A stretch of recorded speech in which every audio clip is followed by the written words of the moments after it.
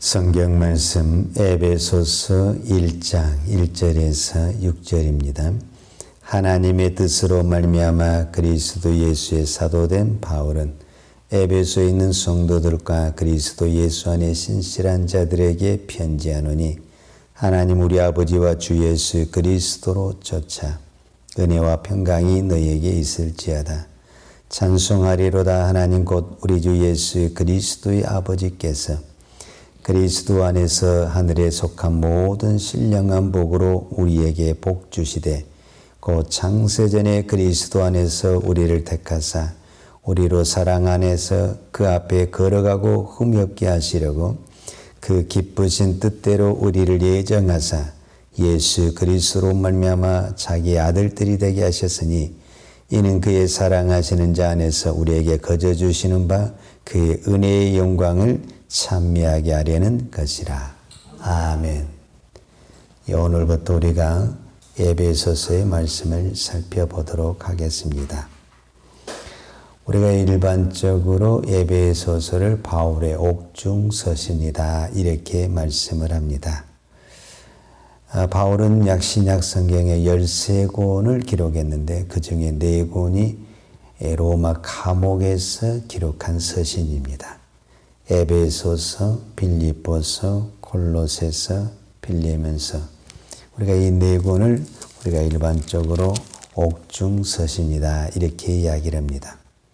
실제로 3장 1절에 보면, 즉 에베소서 3장 1절에 보면 이러함으로 그리스도 예수의 일로 너희 이방을 위하여 갇힌 자 된 나 바울은 그랬어요. 우리가 이 개역 한글에는 너희 이방을 위하여 갇힌 자 된 나 바울은 이렇게 기록했는데 현대인의 쉬운 성경을 보면 이 갇힌 것을 감옥이라는 단어로 번역이 되어 있어요. 이 바울은 예수 그리스도의 종으로 이방인 여러분을 위해 감옥에 갇혀 있습니다. 그래서 사도 바울이 실제로 감옥에 있으면서 이 교회를 에베소 교회를 위해서 쓴 편지다 이렇게 말할 수 있습니다. 특별히 이 에베소와 이 로마서는 사도 바울이 기록한 서신 중에서 가장 핵심적인 서신이라고 볼 수 있는데 이 두 교회만이 교회의 어떤 문제와 상황에 쓰지 않냐고 교리와 윤리편에 쓴 서신이다라고 말할 수 있습니다. 그래서 로마서도 1장부터 11장까지가 교리였다고 한다면 12장에서 마지막 16장까지가 생활편을 기록하고 있고 에베소서도 1장부터 6장까지 있는데 1장에서 3장까지가 이 구원에 대한 예정에 대한 교회에 대한 교리였다고 한다면 그 교리가 4장에서 6장에서는 어떻게 우리가 그것을 가지고 살아야 할 것인가 라는 부분을 기록하고 있습니다. 특별히 이 에베소는 무엇에 대한 초점이 많이 강조되어 있냐면 교회입니다. 지금 우리가 이렇게 예배를 드리는 이 교회. 그런데 이 교회는 우리가 두 가지로 구분하는데 엄격히 말하자면 우리가 이 건물은 교회가 아니고 예배당이죠. 사실은 교회는 누구냐? 내가 교회입니다. 내가. 그래서 오늘 저와 여러분이 이 교회에 대한 정의를 바로 해야 됩니다. 특별히 지금 이 시대에는 코로나 시도를 해가지고 온라인 예배가 성행이 되면서 교회에서 우리가 꼭 예배를 드려야 되느냐라는 문제들이 많이 일어나고 있습니다. 왜냐하면은 교회가 좋은 점도 있지만 또 교회가 문제가 많아요. 실제적으로 우리가 봐도 문제가 많죠. 왜 문제가 많냐? 우리가 죄인이 모였잖아요. 죄인들이 모인 곳에는 다 문제가 있는 것입니다. 그러니까 사람이 모인 곳에는 아무리 어떤 모임이라 할지라도 문제가 있다. 왜? 그 사람 자체가 죄인인데 어떻게 문제가 없겠습니까? 이러다 보니까 교회에 많은 문제가 있어서 요즘에 유행되는 단어 중에 이런 말이다. 이 참 비극적인 이야기예요. 나는 하나님을 떠나고 싶지 않아서 교회를 떠납니다. 이 말이 그럴듯할 것 같지만서도 참 위험한 말입니다. 원래 우리는 하나님을 만나기 위해서 어디로 오게 되냐면 교회를 오는 것입니다.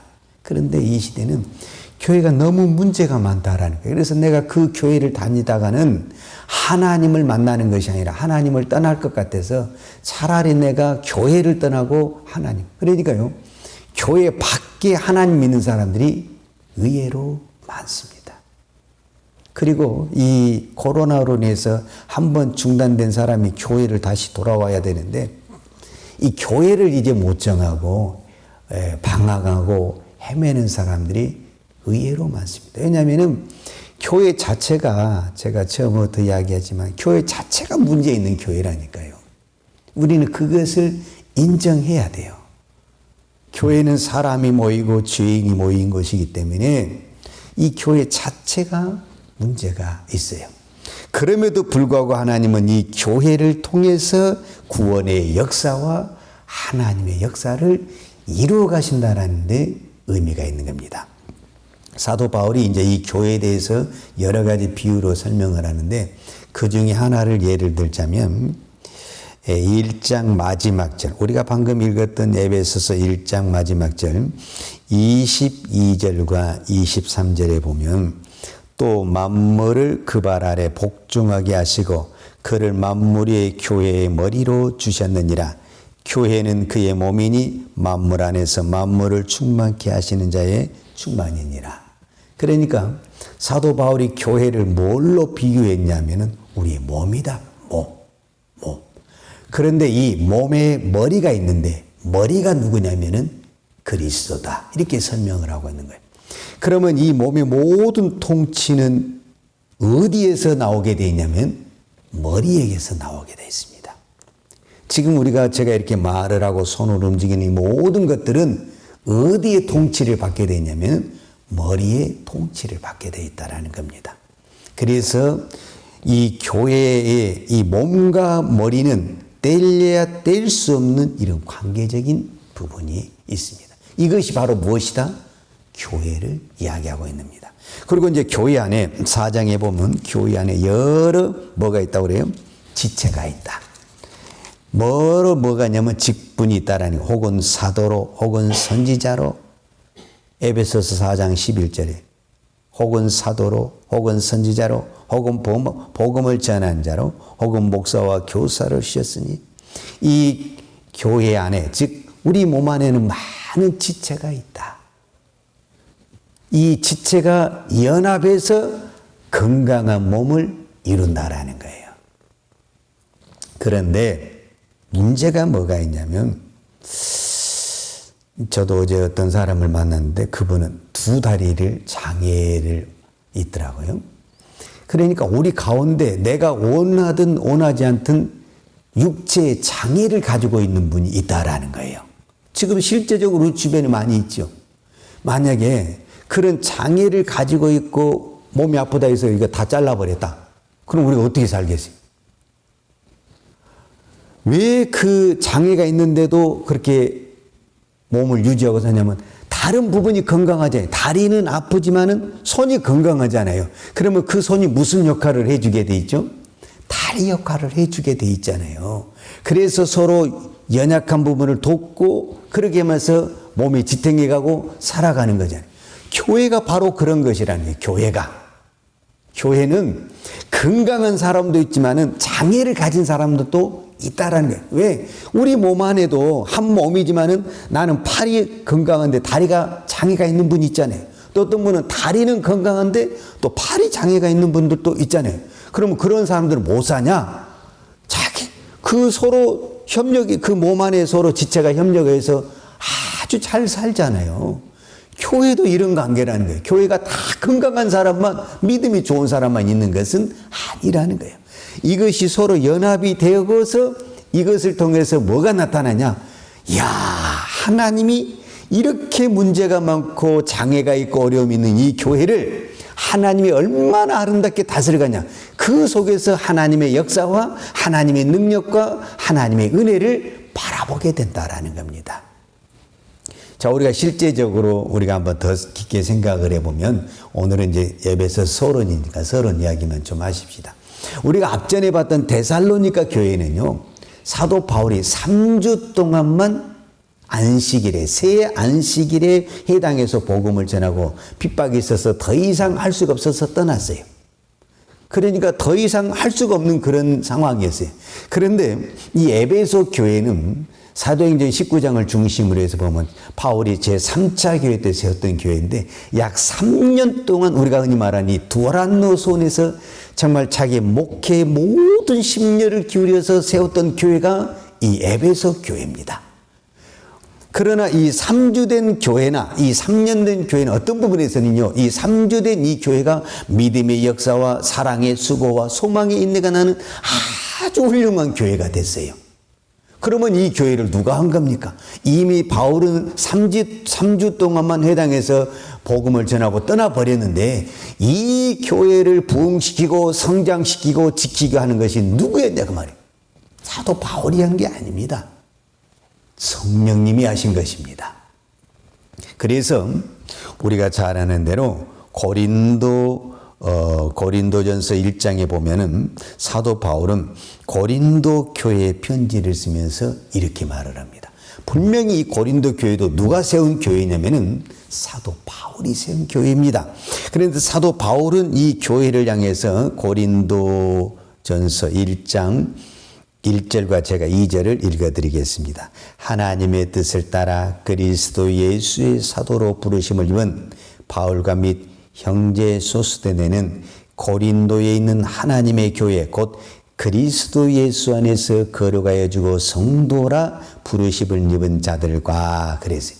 그러니까 고린도에 있는 하나님의 교회다 이렇게 이야기를 해요.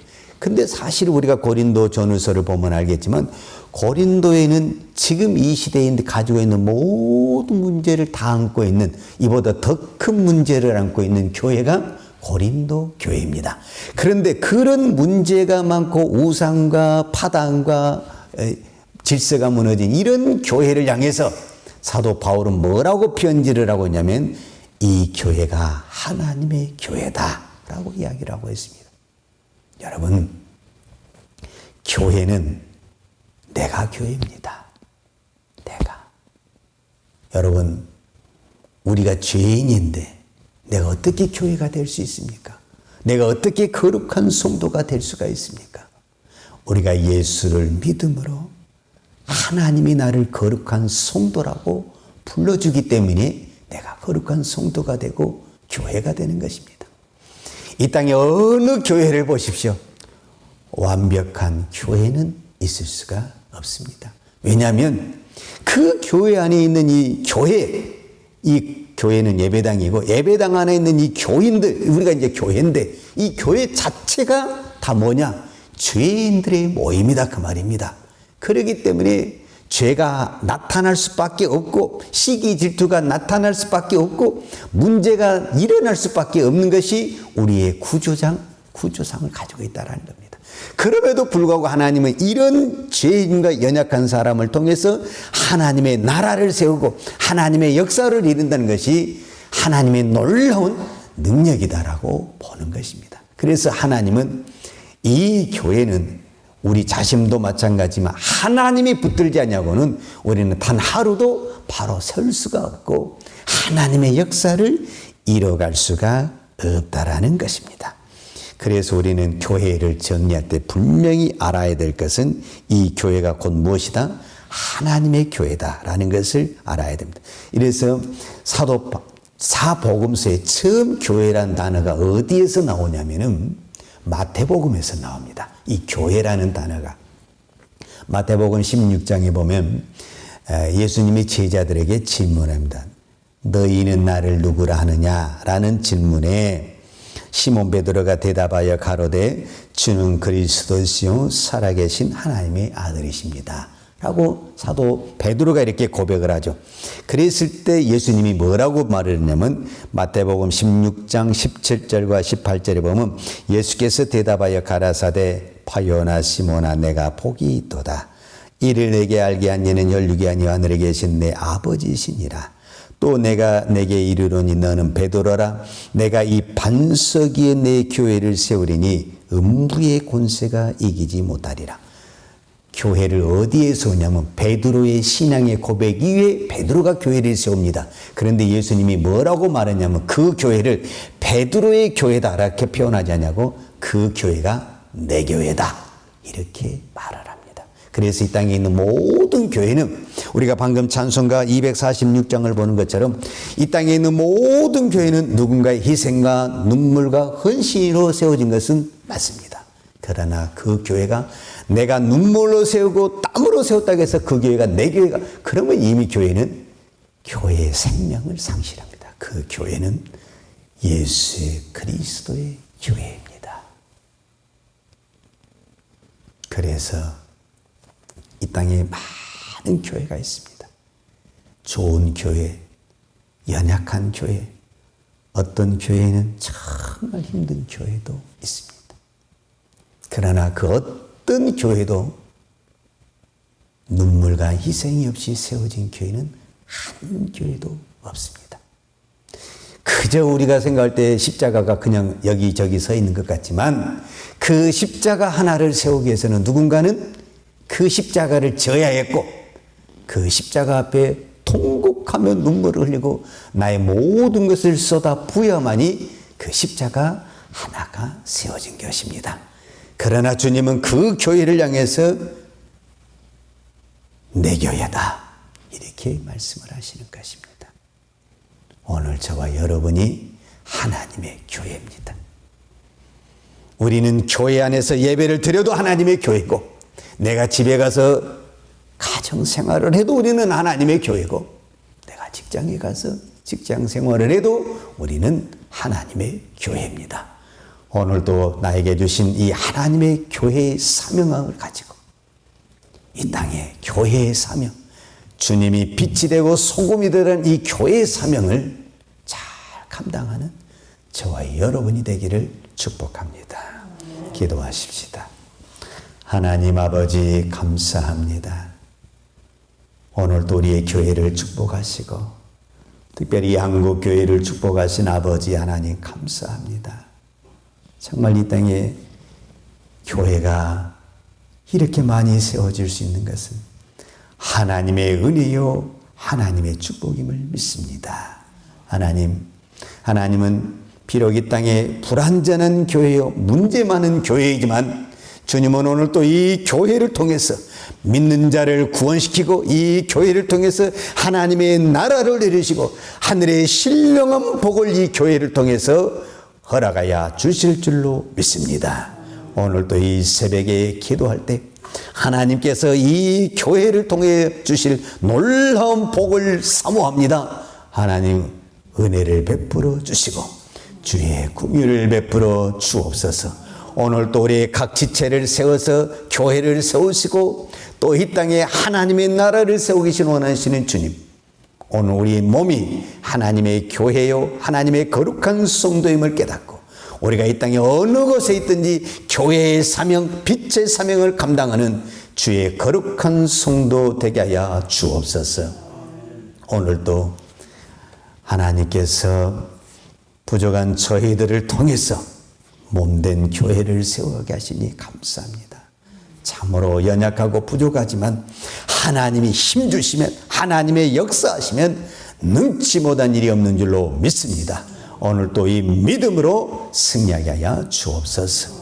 오늘 또 하나님 앞에 귀한 예물 드린 손길을 축복해 주시고 이 예물이 하나님의 나라와 이 땅에 세운 교회에 아름답게 쓰임받게 하여 주옵소서. 예수님의 이름으로 기도하였습니다. 아멘. 이제는 교회의 머리 되신 우리 주 예수 그리스도의 은혜와 독생자를 아낌없이 보내주신 아버지 하나님의 그 크신 사랑과 성령님의 풍성한 은혜가 오늘 또 몸된 교회를 위해 눈물과 헌신을 다하며 오직 하나님의 나라를 위해 평생을 살기를 원하는 사랑하는 주의 종들 머리머리 예와 이 나라의 민족과 한국 교회 위에 온 열방에 나가서 하나님의 교회를 세우게 하여 모든 것을 희생하는 선교사님들 예와 사랑하는 주의 자녀들 머리머리 예 이제로부터 영원토록 함께 있을지어다. 아멘.